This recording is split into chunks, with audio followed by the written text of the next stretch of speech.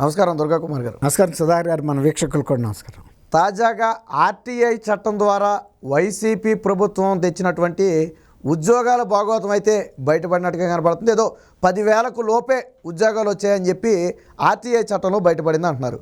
మరి జగన్మోహన్ రెడ్డి గారు ఇప్పటివరకు పత్రికల నిండా భారీగా ఉద్యోగాలు తెచ్చినట్టుగా ఆయన ప్రచారం చేసుకున్నాడు. సో మరి నిజంగా ఏపీలో ప్రైవేటు ఉద్యోగాలు వచ్చాయా? జగన్మోహన్ రెడ్డి గారు చెప్పేది నిజమా? ఆర్టీఐ చట్టం చెప్పేది నిజమా? ఇప్పుడు నోటి ద్వారా చెప్పేది చాలా పెద్ద పెద్ద మాటలు చెప్పొచ్చండి. వాటికి రుజువులు అక్కర్లేదు, నిజాలు అక్కర్లేదు. ఇప్పుడు ఆర్టీఐ చట్టం ద్వారా ఇచ్చే ప్రతి అంశం కూడా కనుక అది అబద్ధం అయితే, తప్పు అయితే ఆ సంబంధిత అధికారి బాధ్యత వహించాల్సి వస్తుంది. ఇప్పుడు మనం ఆర్టీఐ ద్వారా తీసుకున్నామండి, ఏదో తప్పుడు సమాచారం ఇస్తే మనం కోర్టులో కనుక మళ్ళీ డీటెయిల్స్ అడుగుతాం కదా, ఏ కంపెనీ ఎక్కడొచ్చింది, ఎప్పుడొచ్చింది చెప్పమన్నప్పుడు ఆ డేటు, ప్లేస్తో సహా, కంపెనీ పేరుతో సహా పెట్టాలి. ఇప్పుడు దాన్ని బట్టి అడిగినప్పుడు వాళ్ళు చెప్పింది ఏంటంటే 18 కంపెనీలు 9,158 ఉద్యోగాలు వచ్చినాయని చెబుతున్నారు. అంటే యావరేజ్గా ఆ కంపెనీ, ఒక్కొక్క కంపెనీ 500 మంది మాత్రమే ఉపాధి ఇవ్వగలిగింది. ఇవి కూడా అగ్రిమెంట్స్ ఆ గవర్నమెంట్ గతంలో తెలుగుదేశం గవర్నమెంట్లో చేసుకున్న దాన్ని ఏమంటారండి, అగ్రిమెంట్ ఎంఓయూస్. ఆ ఎంఓయూలు వెంటనే అమలు కావు కదా, ఆ ఎంఓయూలు అమలైన కంపెనీలే ఎక్కువ ఉన్నాయి ఇందులో అని చెప్తున్నారు.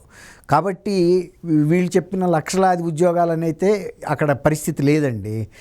ఇంకోటి ఏంటంటే, ఇప్పుడు మేకపాటి గౌతమ్ రెడ్డి గారు గతంలో ఆయన మినిస్టర్గా ఉండి వైఎస్ఆర్సీపీ ప్రభుత్వం వచ్చిన కొత్తలో శాసనసభలో ఒక ప్రశ్నకు సమాధానంగా ఆయన ఏం చెప్పాడంటే 2014 నుంచి 19 వరకు తెలుగుదేశం గవర్నమెంట్లో 5,40,000 మందికి ఉద్యోగాలు ప్రైవేట్ రంగంలో వచ్చినాయి అనేది ఆయన ఫ్లోర్ ఆఫ్ ద హౌస్ చెప్పిన మాట.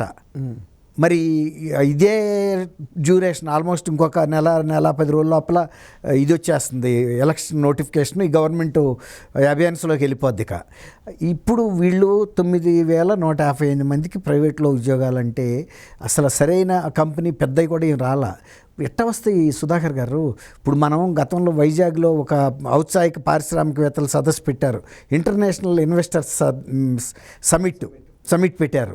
ఆ సమిట్లోకి వచ్చిన వాళ్ళు ఎవరు వచ్చారు?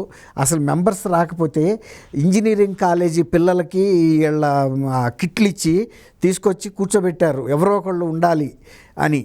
వాళ్ళని అడిగితే విలేకరులు, మీరు ఏ కంపెనీ నుంచి వచ్చారు, ఏ దేశం నుంచి వచ్చారంటే మేము ఆ గాయత్రి ఇంజనీరింగ్ కాలేజీ నుంచి వచ్చాను. అదేంటి గాయత్రి ఇంజనీరింగ్ కాలేజీ అంటే, మేము ఇట్లా వేరే కాలేజీ వాళ్ళు కూడా వచ్చారండి, మా దగ్గర కాలేజీకి వీళ్ళు వచ్చి ఇండస్ట్రియల్ డిపార్ట్మెంట్ వాళ్ళు రండి, అక్కడ ఒక సెమినార్ జరుగుతుందంటే మేము కూడా ఏదైనా స్టూడెంట్స్కి సంబంధించినని వచ్చాము, ఈ వస్తే ఇగో కిట్లు ఇచ్చారు మాకు, ఇక బ్యాడ్జీలు ఇచ్చారని చూపించారు. వాళ్ళు బాజప్తా చెప్పారు, అవన్నీ లైవ్లో చూశారు. ఎందుకంటే సీట్లు ఖాళీగా ఉన్నాయి, ఎవరు రాలేదు, ఏదో ఒకటి పెట్టాలి కదండి.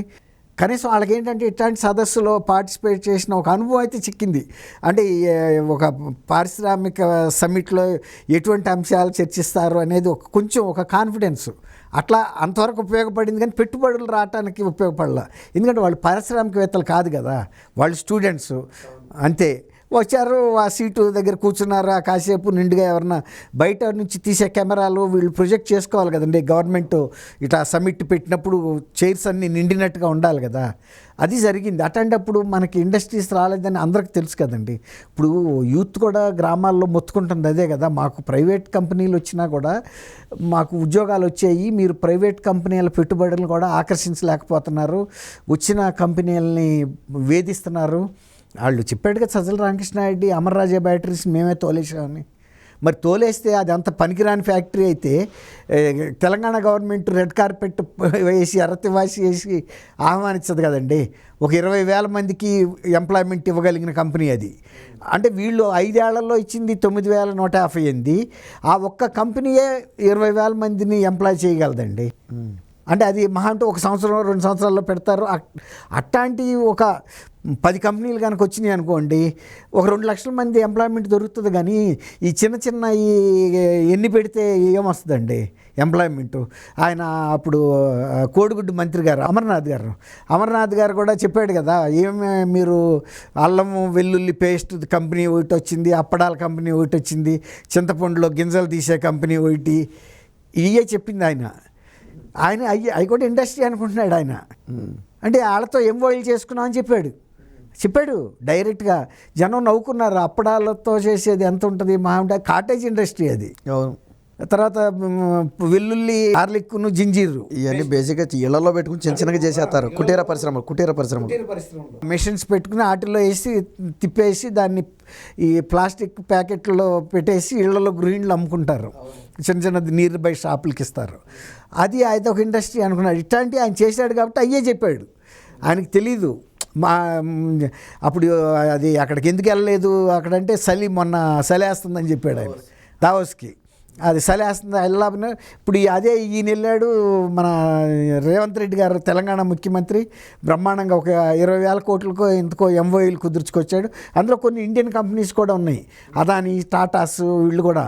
అంటే వీళ్ళు అక్కడికి వెళ్ళారు కాబట్టి ఇక్కడైనా చేసుకోవచ్చు. అది అక్కడ కూడా వాళ్ళు చేసుకున్నారు. అట్లా అవకాశాన్ని అందిపుచ్చుకోవాలి. కానీ ఇట్లా అవగాహన లేని మంత్రులను పెడితే ఆయన అక్కడికి వెళ్తే సలేస్తుంది అంటాడు, ఇక్కడేమో ఈ గార్లిక్, జింజీర్ పేస్ట్ ఫ్యాక్టరీలు అంటాడు. ఇట్లాంటప్పుడు ఎక్కడొచ్చినాయి రాలా. అందుకే కదా ఇప్పుడు తల్లిదండ్రుల్లో కూడా ఇప్పుడు ఆవేదన పెరిగింది. పిల్లలకి నిరుద్యోగమేను, మేము బీటెక్లు చదివించుకున్నాం కానీ ఉద్యోగాలు దొరకటం లేదండి. మరి ఎట్లా దొరుకుతాయి? ఇప్పుడు గవర్నమెంటే ఇచ్చే పరిస్థితిలో లేదు. సలహాదారులకి అయితే కోట్లు ఖర్చు పెడుతుంది. కానీ వీళ్ళకి ఒక 20,000, 25,000 రూపాయలు ఉద్యోగాలు ఇస్తే కూడా ఇంజనీరింగ్ గ్రాడ్యుయేట్స్ మహా సంతోషపడతారండి. ఇప్పుడు అమరావతి చుట్టుపక్కల డెవలప్మెంట్ అక్కడ, ఎందుకంటే సొంత ఇళ్లలో ఉండి జాబ్ చేసుకుంటారు కాబట్టి అది కూడా మంచి ఆదాయమే. మరీ 5,000 ఇచ్చి వాలంటీర్ని పెట్టినట్టు కాదు కదా.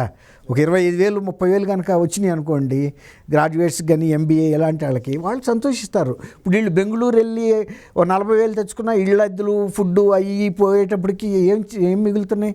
ఇప్పుడు మన వాళ్ళంతా ఆంధ్రప్రదేశ్ ప్రజలంతా హైదరాబాద్లో ఉన్నారు ఎంప్లాయ్మెంట్కి వచ్చి, లేదంటే బెంగళూరులో కొందరు ఉన్నారు, లేకపోతే చెన్నై. ఇప్పుడు మా అమరావతిలో ఉద్యోగాలు ఎక్కడొచ్చినాయండి? అసలు అది పూర్తయితే కదా ఉద్యోగాలు రావటానికి. ఎక్కడ వీళ్ళు 2019లో గవర్నమెంట్ రాగానే ఎక్కడ స్టాల్ చేశారు. అందరూ అనుకున్నారు ఒక 4 రోజుల పాటు ఏదైనా స్టెబిలైజ్ చేసి ఇంకా స్పీడ్ పెంచుతారనుకున్నారు. రన్వే మీద విమానం కనుక ఒక్కసారి ఊపందుకుంటూ చూశారు. అట్లా బాగా టేక్ ఆఫ్ అవుద్ది అనుకున్నది అసలు టేక్ ఆఫ్ లేదు. ఇంజిన్లు కూడా ఊడి కింద పడిపోయినాయి. ఏం లేదు. ఇప్పుడు ఆ విమానంలో గడ్డి మొలిచే పరిస్థితి వచ్చింది. అట్లా ఉంది. డెవలప్మెంట్ అనేది కంప్లీట్ స్టాల్ అయిపోయింది.